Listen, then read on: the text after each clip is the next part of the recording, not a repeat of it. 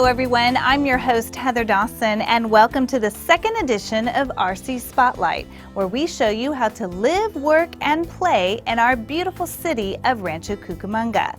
Coming up in this episode, we're going to take an in-depth look at local businesses that make up Rancho Cucamonga. RC Spotlight brings to light the history, economic development, leadership, schools, neighborhoods, and unique traits of the community.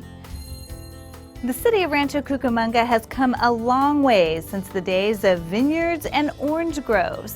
And as reporter Leiloba Cicero shows us, the Lewis family Playhouse is not only bringing culture to our community, but some mainstream artists right here in Rancho Cucamonga. The 2013 to 2014 season here at the Lewis Family Playhouse is off to an exciting start. Well, the best part is there is not a bad seat in the whole house. The furthest seat is only 60 feet from the stage. Excitement is in the air at the Lewis Family Playhouse in Rancho Cucamonga. The 8th season kicked off September 22nd with country music megastar Wynonna Judd and the Big Noise. We always make our season opener a big deal, because to us it is, and to our patrons it is too. They love coming to see who we have, and so Wynonna is a big name. Everybody knows her, whether or not you're a fan of country music. We have a lot of people coming just to see Wynonna, so we're very excited about her and her band being here. We don't have a lot of country artists, so she's a big name, and I think that will bring in a new audience for us. Acclaimed actor John Astin makes an appearance, and so does Ben Vereen, who closes the season May 31st, 2014. But that's not all. We do have people like Chris Mann, who was on The Voice in the first season, went pretty far into The Voice, and he's got a beautiful, beautiful voice, and he's just on the verge of his career taking off, so he's on our season. And then we have people, we have Sid the Science Kid from, PBS Kids. So we have everything from the little kids to the senior audiences. We have Oh What a Night, which is a tribute to Frankie Valli and the Four Seasons. So we really try to hit all age demographics. Cultural demographics are covered too, with mariachis, belly dancing, and comedy shows. The city built the Performing Arts Center in 2006, and over the years, it's seen big names like Martin Short, Lily Tomlin, and Sheena Easton. And with 550 seats of an interactive experience, residents can perform on stage if they take classes at the Theater Arts Academy.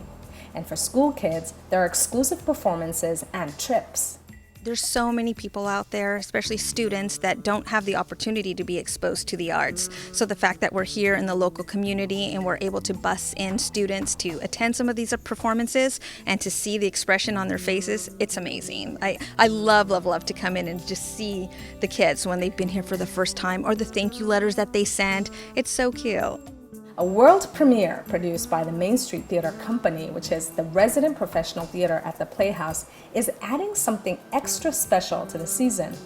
Aesop's Fables premieres October 26th for a 3-week run thanks to grant money from the James Irvin Foundation and the National Endowment for the Arts. Award-winning playwright Louis Alfaro and renowned director Robert Castro are the dynamic duo behind it.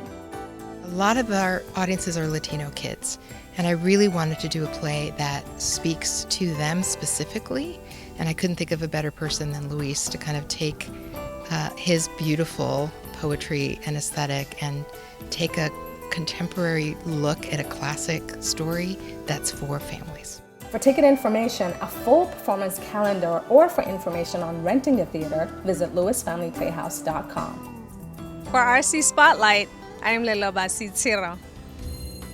Well, as we continue to show you places to play here in Rancho Cucamonga, there's one place that culture remains very strong. Well, I had the honor of sitting down with one of the most famous woodworkers in American history before he passed away. Let's take an inside look back at the Malouf Museum. At 90 years young, the house Sam Malouf crafted for his late wife Alfreda and their family has been turned into a historical museum and is now the Sam and Alfreda Malouf Foundation for Arts and Crafts. With pieces at the prestigious Sotheby's, it's hard to imagine why Malouf is still having a hard time realizing just how good his work is. See how beautiful the wood is here. And, well, I never knew if I was good enough. I still, every time I make a piece, even now after 60-some years, and everything that I make is on commission. I wonder if the client is going to like it. I hope they like it. And people did like Malouf's work. The furniture Malouf crafted began when he married Alfreda. The young couple had very little money or furniture, and so Malouf went to work. I made furniture out of whatever I could find, scrap wood that was damaged and all. And several people approached me and wanted furniture, and I didn't know if I should do it or not. Quit my job as a graphic artist. And Frida said, we can do it, Sam. We really can do it. And with her encouragement and her love, I quit my job and started making furniture. Malouf's work was so impressive, it drew the interest and created friendships with people from young married couples to presidents, all wanting a piece of furniture from Malouf, everything from rocking chairs to tables. Even Malouf says President Reagan may have described his work the best. I went to Washington and met them, and it was presented to President Reagan. I remember he said, I just didn't know that people made things like this by hand anymore. It's a beautiful feeling to it. In 2000, when the 210 freeway extension was added, it forced relocation of the historical house, and so Malouf's house was moved to a new location, piece by piece, and preserved as a museum. The city also built a new house for Malouf, which is located on the same property, but Malouf, being the woodworker he is, has made some adjustments. I added a big bedroom to it, and I tore out bathrooms and put in fixtures that I like, that type of thing. And now I'm in the process of tearing out the kitchen. Malouf's love of wood and design is what makes the Malouf Museum so incredible. It is all of Malouf's heart and soul. To enter the museum is to enter in another era. This is why people travel all over to see the museum and will continue to. As for Malouf, well, he's still working hard. You can feel this, just like silk. It's just, oh, I'm still working. I'll work until the good Lord tells me I can't. I enjoy it, though. It isn't work. It's just a lot of fun. And this wood's probably the most difficult wood that I have to work in. I'm Courtney Stubblefield. Want to know the secret to the success of the many small businesses in Rancho Cucamonga? Well, it all comes down to the Small Business Development Center housed in the Chamber of Commerce. Through a partnership agreement with the City of Rancho Cucamonga, the Inland Empire Small Business Development Center provides business owners and entrepreneurs with valuable resources to assist them in launching and growing their business. Small Business Development Centers, it's actually a nationwide system. There's about 1,050. It's a system of private nonprofit organizations. Small businesses, there's not a lot of resources out there for them that they know of, okay? And so we hear a lot where people will say, oh, I wish I would have known about you guys before when I had this business with my brother-in-law before.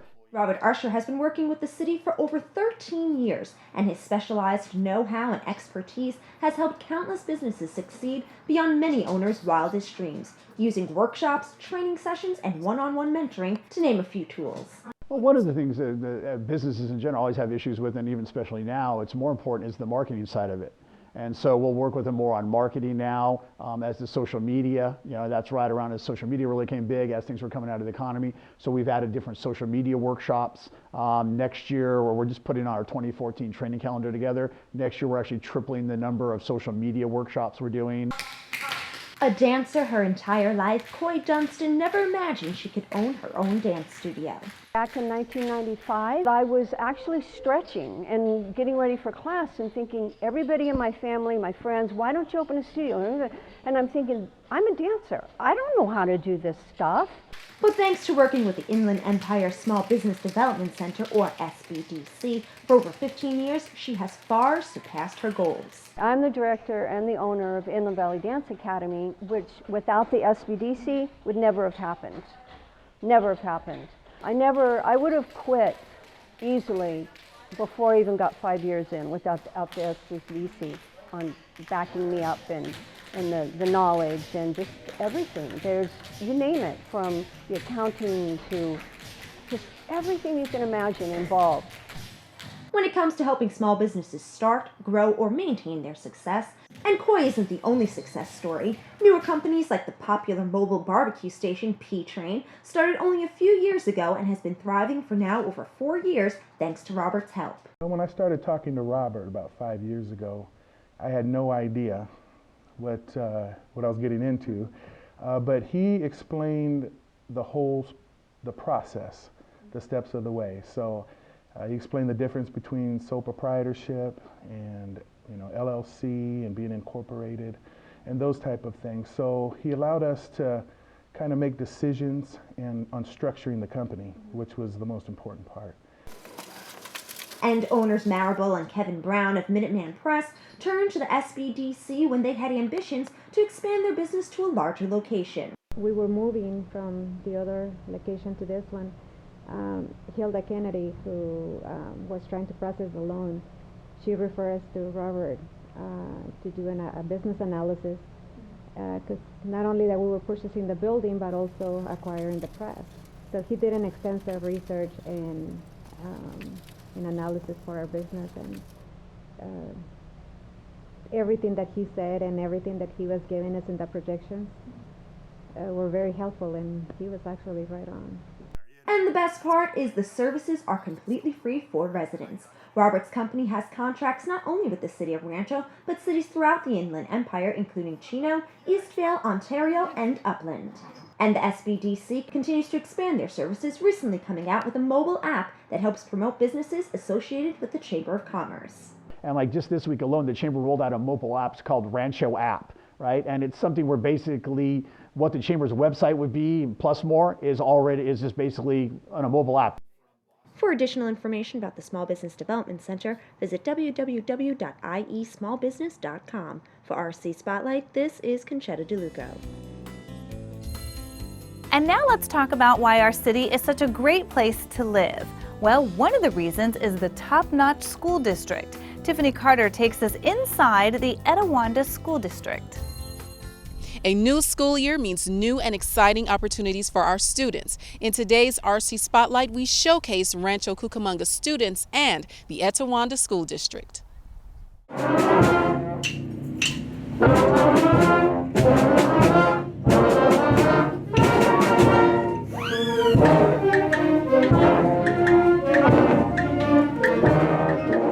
With nearly 14,000 students and 16 grade and intermediate schools, the Etiwanda School District is committed to the success of each student at each school.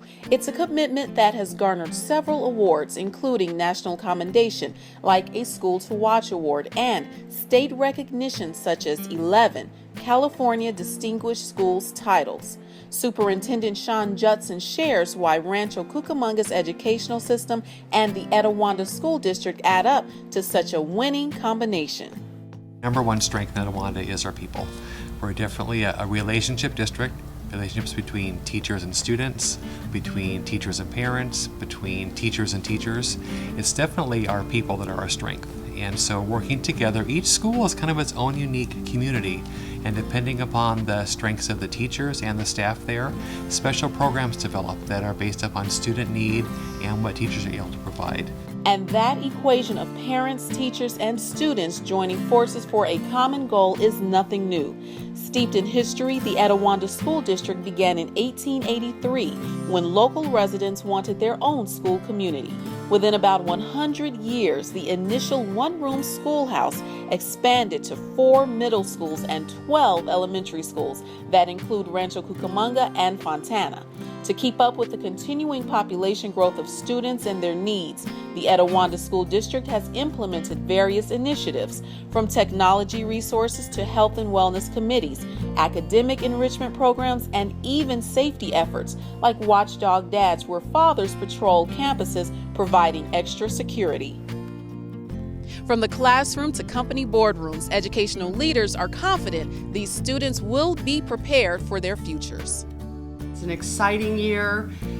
We always try to reach each student where they are, and I think that that's important in Etiwanda. Not all of our students come to us, ready to learn and eager, and 2 parents that are supportive. We've got kids from all socioeconomic backgrounds and all different kinds of races, and so we want to make sure that we reach each child where they are. And I think Etiwanda is very good at becoming a very personal kind of school district to reach each one of those children. Former Etiwanda student and current Assistant Superintendent Doug Claflin knows just how much the district's attention to each child's unique learning style would benefit them after graduation. He returned to Etiwanda to do his part to help today's students. The education that we received here was so vital to us as being a very, very small community and having to venture out into much larger worlds in high school and college and in our careers. We still had that good attachment to understanding how a small group of people can help us. And so we always turn back to the school and turn back to the community because Etiwanda was our family. Etiwanda was our home, still is for many of us. We always look to the concept of our parents raise us, but really the community raised us. It takes a village to raise a child, and our village was our schools. In Rancho Cucamonga, I'm Tiffany Carter for RC Spotlight. And now let's head to a new housing option with reporter Gabrielle Daddario. The Santa Barbara Townhomes, located in Rancho Cucamonga, have joined Healthy RC's Green Business Program. The Green Business Recognition Program showcases and encourages sustainability efforts of green businesses throughout the community. Lewis Homes has incorporated multiple green business practices into their operations, including this luxury 192-unit townhome community. The Santa Barbara Townhomes have thought about what the consumers need and want, and they've included it into the lifestyle they're offering here. As a company, we always try to be very progressive, and we try to think what's the right thing to do. We also try to think what is it that our customers are going to want us to do. Renters who are looking for all the amenities and a green lifestyle have plenty of options to choose from here. We want to give people what they need. A lot of people want to swim. A lot of people want to garden. A lot of people who are pet owners want somewhere to take their pets. We gave them all of those. One of the most well-received lifestyle amenities are the rentable garden plots. Our community garden is a series of garden plots that the residents can rent. It's been extremely popular, and what's been interesting, it's been popular for the people who use it, but it's been popular for everyone else. People like walking by flowers. They like seeing tomatoes grow or peppers grow. This giant swimming pool isn't just any pool. It's actually heated using solar energy. But sustainability efforts are more than what meets the eye.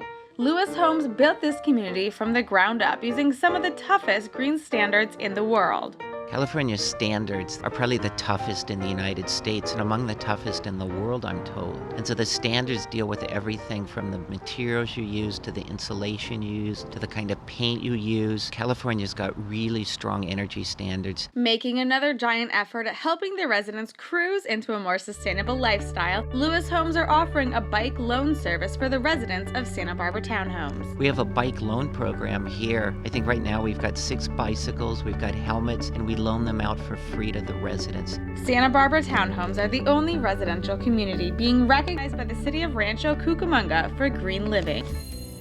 It's wonderful to live in a city where companies give back. David Wiley shows us the Inland Empire United Way and all of their efforts to give back locally and nationally.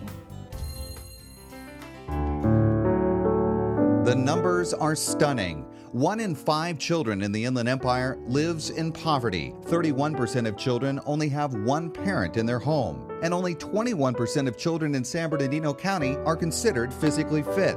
On top of that, thousands of families are having trouble making ends meet, and providing even basic necessities proves to be a tremendous challenge.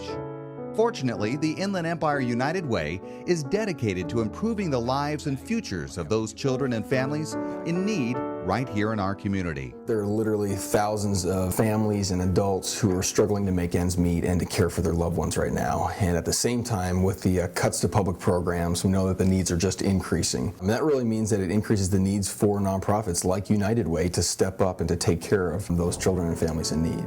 The Inland Empire United Way does just that by investing resources into programs that help those in need and fill in the gaps where public assistance or government programs fall short.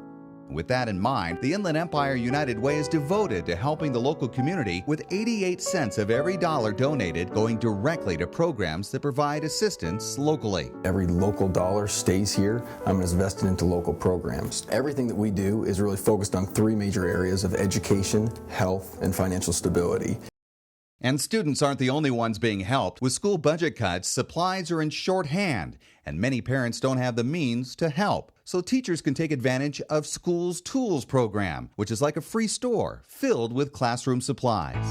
The teachers come in. We have 38 schools, and each one of their teachers is allowed to come in twice a year. They come in, they take a shopping cart from over here, and then they basically go around and they get all the items that they need. They usually walk away with an entire shopping cart full of brand new supplies and about $500 to $1,000 worth of supplies to take back for their kids. For many organizations and programs, finding volunteers can be one of the toughest challenges, but Inland Empire United Way helps with its hands-on program that helps connect volunteers with organizations, churches, schools, or whoever needs volunteers to make a difference. They also support a mentoring program called Mentor Connection. The Inland Empire United Way is truly dedicated to supporting those that need help and providing opportunities for those who want to help. That's where 211 comes in. Similar to 911, 211 is a toll-free phone number manned by operators 24 hours a day who have information about all the programs and services available. The 211 call center at the Inland Empire United Way averages some 5,000 calls a month. And oftentimes, the callers might not even know what they're calling for, honestly. They might just call and say, here's my situation. And then that's our job to figure out what resources are available for that individual. Among the other programs that the Inland Empire United Way supports is CASA, which is short for Court-Appointed Special Advocate. It's a program where specially trained volunteers are teamed with kids who are in the foster care system, who may be facing a variety of personal and legal problems and have no one to turn to. For Stephanie, it was CASA advocate Dominica who was there for her when she was dealing with a teen pregnancy, the stresses of a foster home, and other issues. Anytime I had problems or was just so frustrated to the point where I couldn't take anything anymore, I could call her and just talk to her and get all my stress and feelings out.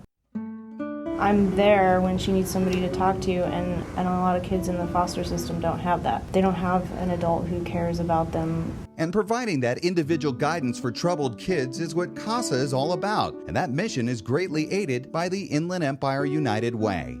They run a hands-on website that helps volunteers become aware of our programs. They go out and do sort of the big legwork on asking people to contribute to their campaign, and those monies get funneled back to programs like ours that are really, focused on the direct service in the community. There are so many ways the Inland Empire United Way helps our communities. Over 100,000 people benefited last year from the programs and resources provided by the Inland Empire United Way. But that wouldn't be possible without generous donations made by local residents, companies, and corporations.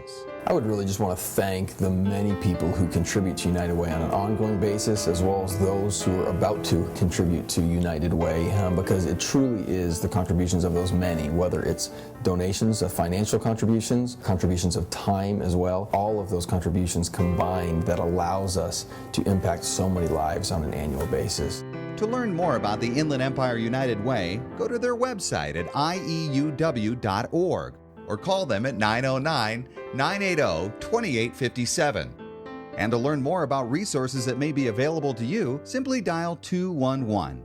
In Rancho Cucamonga, I'm David Wiley. For more than 70 years, the Foothill Bridge served as the unofficial gateway into western Rancho Cucamonga. It started as a 2-lane span that gave motorists a clear drive down Foothill Boulevard, while trains like the Pacific Electric Line were able to travel undeterred into the Inland Empire. The road and bridge was later widened to 4 lanes, but as the city grew, so did traffic. In fact, today more than 30,000 cars travel this section of roadway every day, and the narrow gap under the bridge went from a gateway to a bottleneck.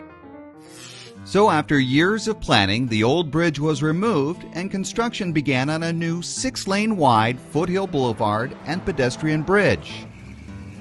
Those projects were recently finished and dedicated by the City Council. you can imagine the excitement that we now feel to know that we have opened this area up to a lot safer travel, a lot more efficient travel for so many people to enjoy businesses and visits to Rancho Cucamonga and other communities on both our eastern and western borders. The $3 million bridge features a salute to historic Route 66 that is part of Foothill Boulevard, and the bridge and associated improvements provide new and better transportation options on the west side of the city. Foothill Boulevard improvements have widened the road. They have allowed pedestrian walking area, a bicycle lane for those that want to walk or ride their bicycles along this stretch of Foothill Boulevard, and also for those people that want to use the Pacific Electric Trail through and via the trailhead here that we're sitting on today. With the widening of Foothill Boulevard and the pedestrian bridge completion, that linked that final segment to the city of Upland, which was wonderful. In addition to the trailhead officially completing the 7-mile stretch of the Pacific Electric Trail through Rancho Cucamonga, it also provides a historic look at our city's past. The trailhead was not only meant to be a resting or a starting or a stopping place. We wanted it to be somewhere where people could gather and to learn a little bit more about the historical aspects of Rancho Cucamonga, and I think we succeeded in that quest. Visitors to the trailhead will find a large section of the old Foothill Bridge on display, with a stylized design down the middle replicating the railroad tracks it once held. Also, you can take a walk on a section of the original pavement that was part of Route 66. And as a tribute to the city's winemaking history, rows of rare Mission grapes are strewn throughout the trailhead. And while everyone agrees that the widening of Foothill Boulevard was needed and the new bridge and Route 66 trailhead are both beautiful and useful, there is another benefit to the city as well. Improvements to Foothill Boulevard help to increase property values in the area. They help to attract and retain business and customers, which equates to more tax dollars being generated in the city, which we're all very much in need of, and the fact that it creates more jobs. And the new bridge and trailhead simply delighted Joan Andreas Miller, who as a child helped dedicate a previous bridge improvement back in 1938. I have to tell you, you've done a wonderful job. I'm just amazed. From the new Foothill Boulevard Bridge and Route 66 trailhead, I'm David Wiley. And that wraps up the October edition of RC Spotlight. I'm your host, Heather Dawson. Make sure you tune in all month long for ways to live, work, and play in our beautiful city. You can also visit us on the city's website, cityofrc.us. We'll see you next time. Tune in to RC Spotlight with host Heather Dawson for highlights of the lifestyle, business, and recreation amenities that make Rancho Cucamonga such a great place to live, work, and play. RC Spotlight is a news magazine program that takes an in-depth look at Rancho Cucamonga's businesses, leadership, schools, neighborhoods, and those traits that make our community unique. Join our team of journalists for on-location reports showcasing new businesses, upcoming events and activities, and tourist attractions like the Rancho Cucamonga Quakes Professional Baseball Club, Victoria Gardens, and the Lewis Family Playhouse.